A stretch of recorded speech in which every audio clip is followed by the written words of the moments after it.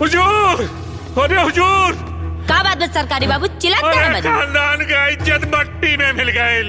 रहुआ मुँह पर करिखा पोता गईल। अब रहुआ समाज में मुंह दिखाए लायक ना रखनी। का कुत्ता लेखा भौं भौं करता नहीं। बात का है वो बताई। अरे स्वीटी बिटिया, एगो रोड छाप लड़का के साथ मुंह में मुंह मिला के